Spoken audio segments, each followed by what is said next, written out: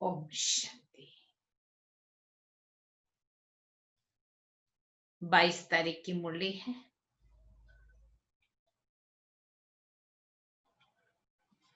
मीठे बच्चे, तुम्हें अभी बाप द्वारा दिव्य दृष्टि मिली है।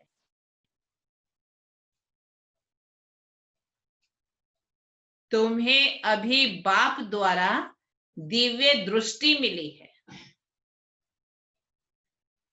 उस दिव्य दृष्टि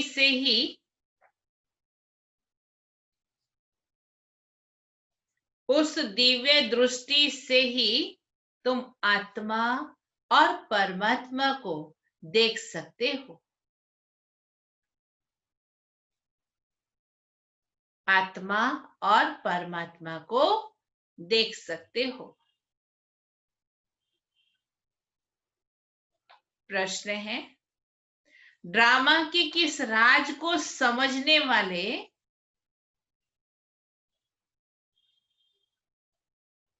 ड्रामा के किस राज को समझने वाले कौन सी राय किसी को भी नहीं देंगे? कौन सी राय किसी को भी नहीं देंगे? बाबा ने कहा, जो समझते हैं कि ड्रामा में जो कुछ पास्ट हो गया,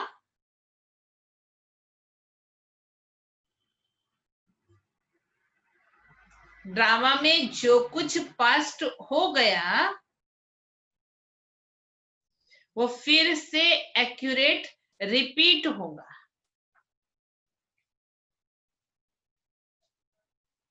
वो फिर से एक्यूरेट रिपीट होगा। वो कभी भी किसी को भक्ति छोड़ने की राय नहीं देंगे।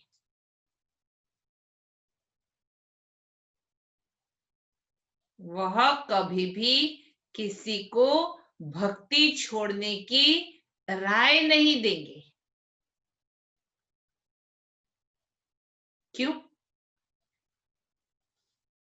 बाबा ने कहा, जब उनकी बुद्धि में ज्ञान अच्छी रीति बैठ जाएगा, जो अभी तक भी भक्ति कर रहे हैं, भले ज्ञान में भी चल रहे हैं, तो बाबा ने कहा जब उनकी बुद्धि भी ज्ञान अच्छी रीति बैठ जाएगा, समझेंगे हम आत्मा हैं, हमें बेहद के बाप से वर्षा लेना है। ये अंदर में पक्की समझ आ जाएगी, निश्चय बैठ जाएगा कि हम आत्मा हैं, हमें बेहद के बाप से वर्षा लेना है। जब बेहद के बाप की पहचान हो जाएगी,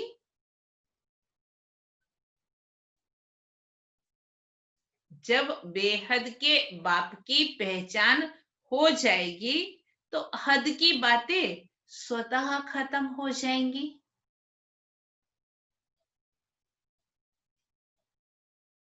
तो हद की बातें स्वतः खत्म हो जाएंगी। भक्ति, पूजा, व्रत, नेम, उपवास अपने आप ही छूट जाएगा, जैसे जैसे ज्ञान की प्रकाष्ठा अंदर आती जाएगी। ओम शांति। अपनी आत्मा के स्वधर्म में बैठे हो। शुरुआत में ही बाबा ने पूछ लिया है। रूहानी बाप रूहानी बच्चों से पूछते, क्योंकि ये तो बच्चे जानते हैं एक ही बेहद का बाप है जिसको रूह कहते हैं। सिर्फ उनको सुप्रीम कहा जाता है। रूह तो हम आत्मा भी है, लेकिन अंतर क्या है? शिव बाबा को सुप्रीम रूह कहा जाता है। सुप्रीम रूह या परम आत्मा कहते हैं। परमात्मा है जरूर, ऐसे नहीं कहेंगे परमात्मा है ही नहीं। परम आत्मा माना परमात्मा, ये भी समझाया गया है, मूंझना नहीं चाहिए। इसीलिए 5000 वर्ष पहले भी ये ज्ञान तुमने सुना था। आत्मा ही सुनती है ना। आत्मा बहुत छोटी सूक्ष्म है, इतना है जो इन आंखों से देखा नहीं जाता। इतनी सूक्ष्म है आत्मा जो इन आंखों से देखा नहीं जाता। ऐसा कोई मनुष्य नहीं होगा जिसने आत्मा को इन आंखों से देखा होगा। देखने में आती है, परंतु दिव्य दृष्टि से, सो भी ड्रामा प्लान अनुसार। अच्छा समझो, कोई को आत्मा का साक्षात्कार होता है, देखने में आती है।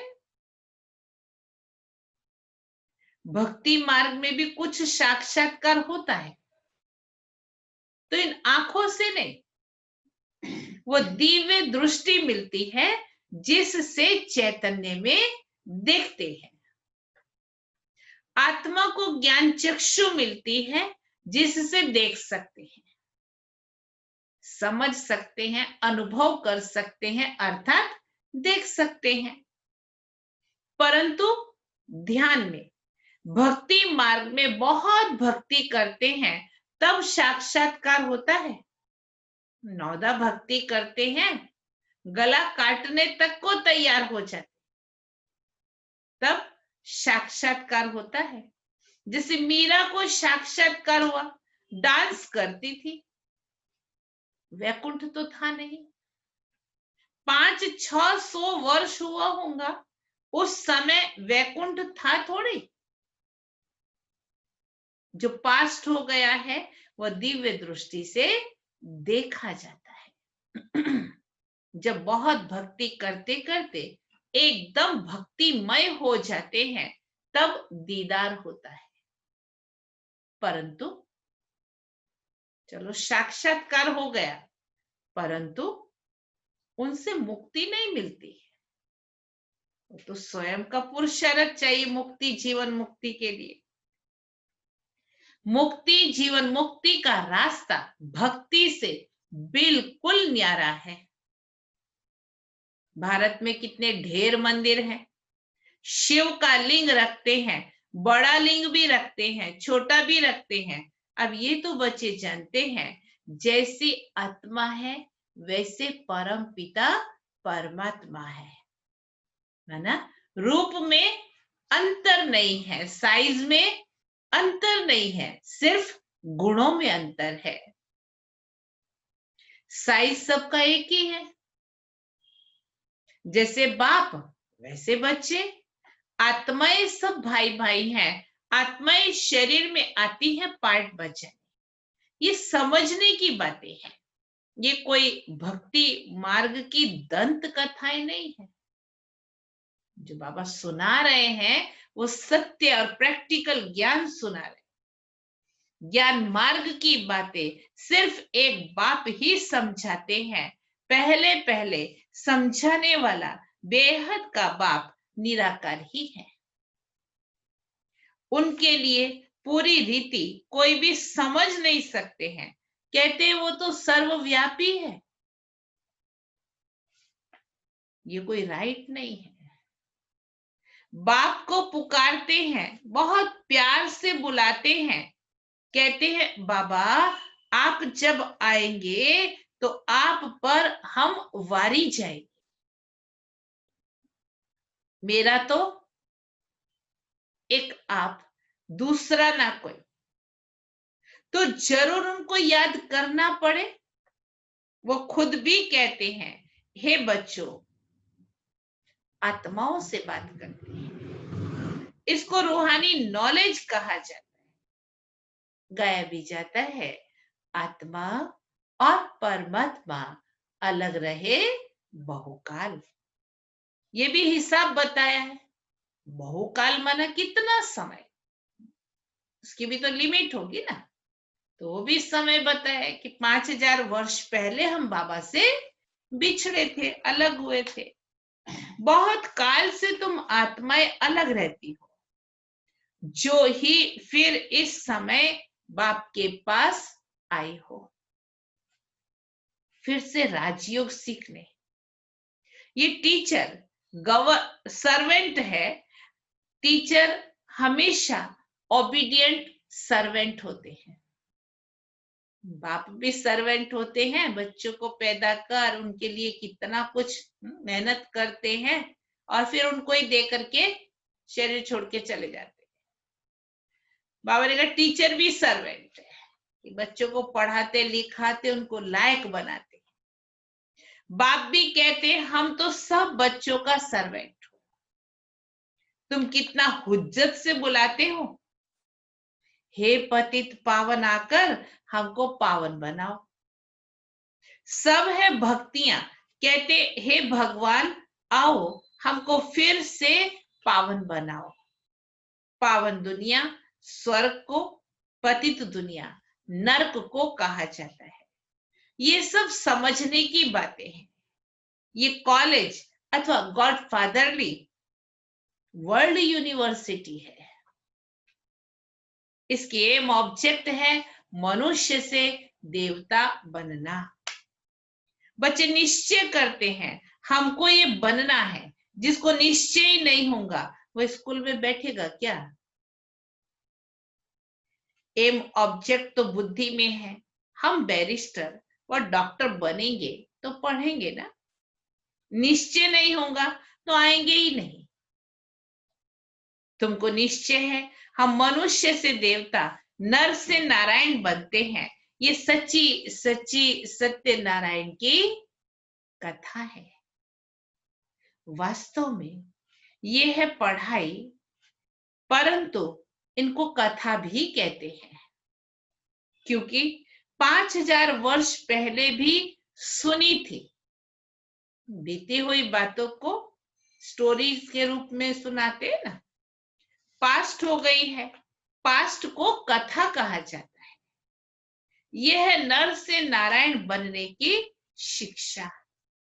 बच्चे दिल से समझते हैं नई दुनिया में देवताएं और पुरानी दुनिया में मनुष्य रहते हैं। देवताओं में जो गुण है वो मनुष्यों में है नहीं, इसीलिए उनको देवता कहा जाता है। और मनुष्य देवताओं के आगे नमन करते हैं। स्वयं को ही कहते मैं मूर्ख खलका में, मैं नीच कपटी, आप सर्वगुण संपन्न हो। फिर अपने को कहते हम पापी हैं, नीच हैं। मनुष्य ही कहते हैं, देवताओं को तो नहीं कहेंगे। देवताएं थे सतयुग में, कलयुग में तो देवताएं हो ना सके। परंतु आजकल तो सबको श्री श्री कह देते हैं। श्री माना श्रेष्ठ। सर्वश्रेष्ठ तो भगवान ही बना सकते हैं। श्रेष्ठ देवता सतयुग में थे। इस समय कोई मनुष्य श्रेष्ठ है नहीं। तुम बच्चे अभी बेहद का सन्यास करते हो। तुम जानते हो ये पुरानी दुनिया खत्म होने वाली है, इसीलिए इन सब से वैराग्य है। वह तो है हठयोगी सन्यासी, घर बार छोड़ निकले, फिर आकर महलों में बैठी हैं। नहीं तो कुटिया पर कोई खर्चा थोड़े लगता है, कुछ भी नहीं। बाबा साकार बाबा कुटिया में ही रहते थे। अभी भी बाबा की कुटिया है ना पांडव भवन, अभी तो बड़ी फैंसी है, कि बच्चे बैठ करके योग करते हैं, लेकिन जब बाबा थे ना साकार में, तो एकदम घास फूस वाली वो छटिया वाली कुटिया थी, उसमें कोई ऐसे सीमेंट वगैरह कुछ नहीं लगा हुआ था, उसमें बाबा रहते थे। एकांत के लिए कुटिया में बैठना होता है, न कि महलों में। बाबा की भी कुटिया बनी हुई है, कुटिया में सब सुख है। अभी तुम बच्चों को पुरुषार्थ कर मनुष्य से देवता बनना है। तुम जानते हो ड्रामा में जो कुछ पास्ट हो गया वो फिर से एक्यूरेट रिपीट होगा। इसीलिए किसी को भी ऐसी राय नहीं देनी चाहिए कि भक्ति को छोड़ो। जैसे जैसे उसमें ज्ञान की प्रकाष्ठा आएगी, भक्ति अपने आप ही छूटती जाएगी। भक्ति कर रहे हैं माना ज्ञान पूरा बुद्धि में अभी बैठा नहीं है। जब ज्ञान बुद्धि में आ जाएगा तो समझेंगे हम आत्मा है, हमको अब तो बेहद के बाप से वर्षा लेना है। बेहद के बाप की जब पहचान होती है तो फिर हद की सब बातें खत्म हो जाती। तो बाप कहते गृहस्थ व्यवहार में रहते सिर्फ बुद्धि का योग बाप से लगाना है, सिर्फ इतना ही करना है, ज्यादा कुछ नहीं करना। क्या? बुद्धि का योग बाप से लगाना है। शरीर निर्वाह के लिए कर्म भी करना है। जैसे भक्ति में भी कोई कोई बहुत नौदा भक्ति करते हैं, नियम से रोज जाकर दर्शन करते हैं। देहधारियों के पास जाना वो सब है जिस्मानी यात्रा। भक्ति मार्ग में कितने धक्के खाने पड़ते हैं, यहाँ कुछ भी धक्का नहीं खाना है। आते हैं तो समझाने के लिए बिठाया जाता है, बाकी याद के लिए कोई एक जगह बैठ नहीं जाना है। भक्ति मार्ग में कोई कृष्ण का भक्त होता है तो ऐसे नहीं चलते फिरते कृष्ण को याद नहीं कर सकते। इसीलिए जो पढ़े लिखे मनुष्य होते हैं कहते हैं कृष्ण का चित्र घर में रखा है, फिर तुम मंदिर में क्यों जाते हो? कृष्ण के चित्रों की पूजा तुम कहां भी करो। अच्छा, चित्र ना रखो, याद करते रहो। बुद्धि से तो याद कर सकते, हर काम करते हो याद कर सकते। मुझे याद है एक पीछे हमारे कृष्ण कुंज अपार्टमेंट है ना, तो हम कभी रमा बहन के घर जाते थे तो वहां पर एक घर है कॉर्नर पर ही, तो वो माता जी रसोई बनाती होती थी तो बस एक ही उसका रटन, दादा भगवान की असीम जय जयकार हो, दादा भगवान की असीम जय जयकार। मतलब रसोई भी बना रही है और वो जाप भी कर रही है। मतलब भक्ति में भी ऐसा समझते हैं कि हम जिसको भी वो अपना भगवान समझते उसको याद करेंगे तो अन्न भी शुद्ध होगा। माना काम करते करते भी याद करते हैं तो हम भी कर सकते हैं। हमको तो यथार्थ पहचान मिली है, याद करने का तरीका भी हमको समझ में आ गया है। तो बाबा ने कहा एक बार चीज देखी फिर वह याद रहती है। तुमको भी यही कहते हैं। शिव बाबा को तुम घर बैठे याद नहीं कर सकते हो? ये तो है नई बात। शिव बाबा को कोई भी जानते नहीं है, याद तो कर सकते हैं, लेकिन हमारी तो स्कूल है, पढ़ाई है। स्कूल में पढ़ाई के लिए तो जाना ही पड़ता है ना। अभी देखो नहीं भी आ सकते तो भी कोई साधन के द्वारा भी हम पढ़ रहे हैं ना। नाम रूप देश काल को जानते ही नहीं, कह देते सर्वव्यापी है। आत्मा को परमात्मा तो नहीं कहा जाता। आत्मा को बाप की याद आती है, परंतु बाप को जानते नहीं तो समझाना पड़े। 7 रोज कोर्स होता है ना अपना, 7 रोज, फिर रेजगारी पॉइंट्स भी समझाई जाती है। ज्ञान का सागर एक बाप है। कितने समय से सुनते आए हो, क्योंकि नॉलेज है ना। समझते हो हमको मनुष्य से देवता बनने की नॉलेज मिलती है। तो बाप कहते हैं तुमको नई नई गुह्य बातें सुनाते हैं। मुरली तुमको नहीं मिलती है तो तुम कितना चिल्लाते हो। बीच में मुरली यूट्यूब पर जाना बंद हो गई थी तो काफी फोन आना शुरू हो गए कि बेन मुरली नहीं मरती, मुरली नहीं मरती। हाँ, बाप कहते हैं तुम बाप को याद तो करो। मुरली पढ़ते हो फिर भी भूल जाते हो। पहले पहले तो ये याद करना है, मैं आत्मा हूं। इतनी छोटी बिंदी है, आत्मा को भी जानना है। कहते हैं इनकी आत्मा निकल दूसरे में प्रवेश किया। हम आत्मा ही जन्म लेते लेते अब पतित अपवित्र बने हैं। पहले तुम पवित्र गृहस्थ धर्म के थे। लक्ष्मी नारायण दोनों पवित्र हैं, फिर दोनों ही अपवित्र बने। फिर दोनों पवित्र होते हैं तो क्या अपवित्र से पवित्र बने या पवित्र जन्म लिया? बाप बेट समझाते हैं कैसे तुम पवित्र थे, फिर वाम मार्ग में जाने से अपवित्र बने। पुजारी को अपवित्र, पूज्य को पवित्र कहेंगे। सारे वर्ल्ड की हिस्ट्री ज्योग्राफी तुम्हारी बुद्धि में है। कौन कौन राज्य करते थे, कैसे उन्हों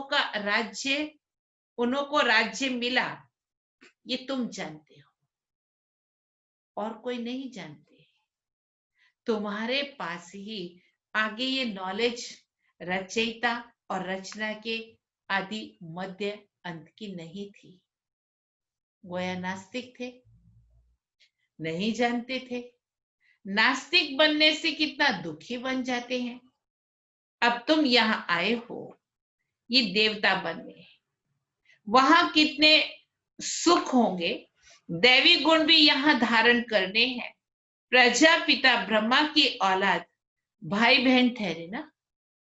क्रिमिनल दृष्टि जानी नहीं चाहिए, इसमें है मेहनत। आंखें बड़ी क्रिमिनल है, सब अंगों से क्रिमिनल है आंखें। आधा कल्प क्रिमिनल, आधा कल्प सिविल रहती है। सत्युग में क्रिमिनल नहीं रहती, आंखें क्रिमिनल है तो असुर कहलाते हैं। बाप खुद कहते हैं मैं पतित दुनिया में आता हूं, जो पतित बने हैं उनको ही पावन बनना है। मनुष्य तो कहते हैं ये अपने को भगवान कहलाते हैं। झाड़ में देखा एकदम तमो प्रधान दुनिया के अंत में खड़ा है। ब्रह्मा बाबा का चित्र एकदम तमो प्रधान दुनिया के अंत में ऊपर खड़ा है। वही फिर एकदम नीचे देखो तो तपस्या कर रहे हैं। सतयुग से लक्ष्मी नारायण की डिनाइस्टी चलती है। संवत भी इन लक्ष्मी नारायण से गिना जाएगा, 111। इसीलिए बाबा कहते हैं लक्ष्मी नारायण का राज्य दिखाते हो तो लिखो, इससे 1250 वर्ष के बाद त्रेता युग।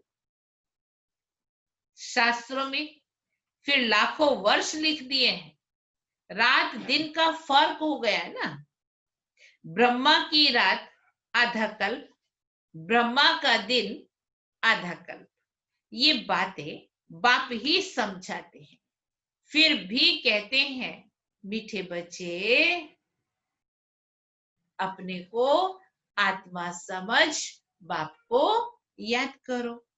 उनको याद करते करते तुम पावन बन जाएंगे, फिर अंतमति सोगति हो जाएगी। बाबा ऐसे नहीं कहते कि यहां ही बैठ जाओ। सर्विसेबल बच्चों को तो बिठाएंगे नहीं। कई मधुबन में जाते सोचते हम यहां ही रह जाएं। क्यों? क्योंकि कोई जवाबदारी नहीं है ना। कोई रूम की सफाई नहीं करनी है, कोई बर्तन नहीं मांजने हैं, खाना नहीं पकाना है, नौकरी धंधा नहीं करना है, बस सोचते यहीं बैठ जाए। लेकिन सच्चा ज्ञानी तो वो जो कर्म क्षेत्र में रहते हुए पुरुषार्थ कर सके। सेंटर्स म्यूजियम आदि खोलते रहते हैं। कितनों को निमंत्रण बांटते हैं। बाबा हमेशा मधुबन में नहीं रखते थे, पहले तो इतना स्टाफ नहीं होता था ना, इतने भाई बहने भी नहीं जाते थे। हमेशा सर्विसेबल बच्चों को बाबा सेंटरों पर भेजते थे, वहां जाकर के सेवा करो, सेंटर पर रहो, मधुबन में नहीं। अगर कोई नहीं जाते तो बाबा कहते पच्छड़ माल यहाँ पड़ा हुआ है। आकर गॉडली बर्थ राइट, विश्व की बादशाही लो। तुम बाप के बच्चे हो, बाप है स्वर्ग का रचयिता, तो तुमको भी स्वर्ग का वर्षा होना चाहिए। बाप कहते हैं मैं एक ही बार स्वर्ग की स्थापना करने के लिए आता हूं। एक ही दुनिया है जिनका चक्र फिरता रहता है। मनुष्य की तो अनेक मतें, अनेक बातें हैं, मत मतांतर कितने हैं। इसको कहा जाता है अद्वैत मत। एक बाप की मत अर्थात अद्वैत मत। झाड़ कितना बड़ा है, कितनी टाल टलियां निकलती हैं, कितने धर्म फैल रहे हैं। पहले तो एक मत, एक राज्य था, सारे विश्व पर इनका राज्य था। ये भी अभी तुमको मालूम पड़ा है। हम ही सारे विश्व के मालिक थे, फिर 84 जन्म भोग कंगाल बने हैं। अभी तुम काल पर जीत पाते हो। वहां कभी अकाले मृत्यु नहीं होता है। यहाँ तो देखो बैठे बैठे अकाले मृत्यु हो जाती है, चारों तरफ मौत ही मौत है। वहां ऐसे नहीं होता है, पूरी एज लाइफ चलती है। भारत में प्योरिटी, पीस, प्रॉस्पेरिटी थी। 150 वर्ष एवरेज आयु थी, जिएंगे तो उससे भी ज्यादा एवरेज आयु। अभी कितनी आयु रहती है? अभी की तो 40 वर्ष एवरेज। ईश्वर ने तुमको योग सिखाया तो तुमको योगेश्वर कहते हैं। वहां थोड़ी कहेंगे इस समय तुम योगेश्वर हो, तुमको ईश्वर राजयोग सिखला रहे। फिर राज राजेश्वर बनना है। अभी तुम ज्ञानेश्वर हो, फिर राजेश्वर अर्थात राजाओं के राजा बनेंगे। अच्छा, मीठे मीठे सिकिलदे बच्चों प्रति मात पिता बाप दादा का याद प्यार और गुड मॉर्निंग। रूहानी बाप की रूहानी बच्चों को नमस्ते। हम रूहानी बच्चों की रूहानी बाप को याद प्यार, गुड मॉर्निंग और नमस्ते। धारणा के लिए मुख्य सार है, पहली पॉइंट, आंखों को सिविल बनाने की मेहनत करनी है। आंखों को सिविल बनाने की मेहनत करनी है। बुद्धि में सदा रहे हम प्रजापिता ब्रह्मा के बच्चे भाई बहन हैं। बुद्धि में सदा रहे हम प्रजापिता ब्रह्मा के बच्चे आपस में भाई बहन हैं। क्रिमिनल दृष्टि रख नहीं सकते। भाई बहन है तो विकारी दृष्टि, क्रिमिनल दृष्टि रख नहीं सकते। दूसरी पॉइंट, शरीर निर्वाह अर्थ कर्म करते बुद्धि का योग एक बाप से लगाना है। शरीर निर्वाह अर्थ कर्म करते बुद्धि का योग एक बाप से लगाना है। हद की सब बातें छोड़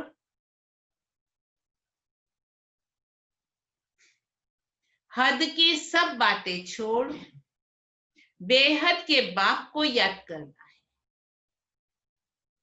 बेहद के बाप को याद करना है। बेहद का सन्यासी बनना है।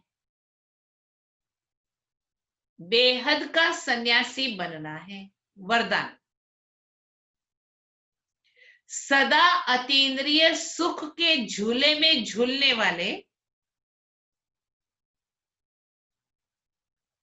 सदा अतीन्द्रिय सुख के झूले में झूलने वाले संगम युग की सर्व अलौकिक प्राप्तियों से संपन्न भव। संगम युग की सर्व अलौकिक प्राप्तियों से संपन्न भव।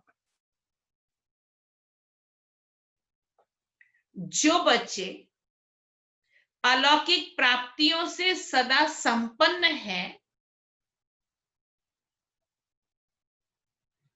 जो बच्चे अलौकिक प्राप्तियों से सदा संपन्न हैं, वो अतीन्द्रिय सुख के झूले में झूलते रहते हैं।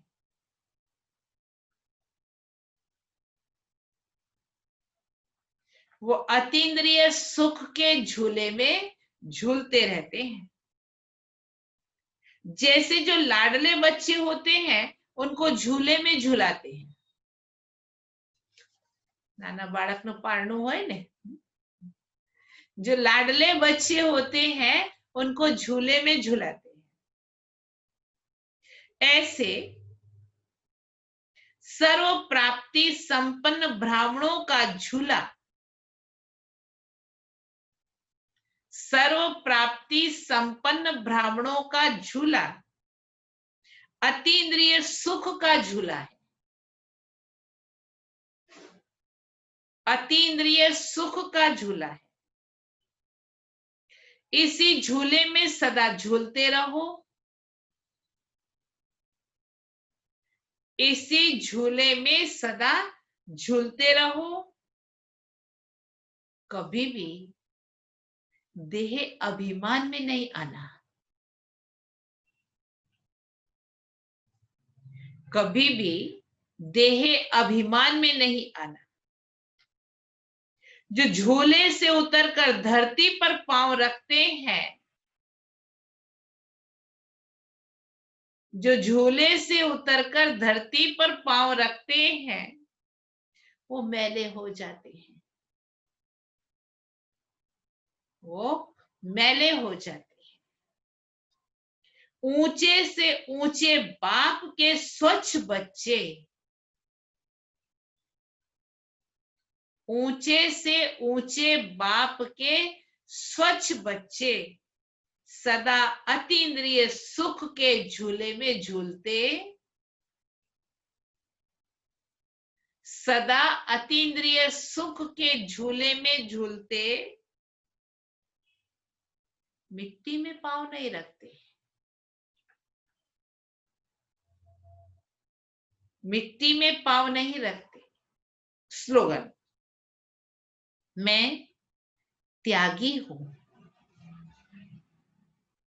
इस अभिमान का त्याग ही सच्चा त्याग है। त्याग करने के बाद भी किसी भी प्रकार का अभिमान ना आए। त्याग का भी त्याग, मैं त्यागी हूं, इस अभिमान का त्याग ही सच्चा त्याग है। आज का सोमान है, मैं सफलता स्वरूप हूं। कल के लिए है, मैं शक्तिशाली श्रेष्ठ आत्मा हूं। मैं शक्तिशाली श्रेष्ठ आत्मा हूं। अमृत वचन है। अब तक सेवाएं बहुत की, सेवाओं का बहुत अच्छा शौक है, लेकिन अब मेवा खाओ। मेवा है, पहले खुद को कंप्लीट बनाओ। फिर पूछेंगे कि हम मुक्त कहां तक किन किन बातों में बने हैं। अभी पुराने संस्कारों से ही मुक्त नहीं तो जीवन मुक्ति का मेवा क्या खाएंगे। जब संस्कारों से मुक्त बनो तो जीवन मुक्ति का मीठा मेवा भी मिले। अच्छा। ओम शक्ति। 2 मिनट बाबा को याद करते हैं, फिर बाद में सबकी हाजिरी बोलेंगे।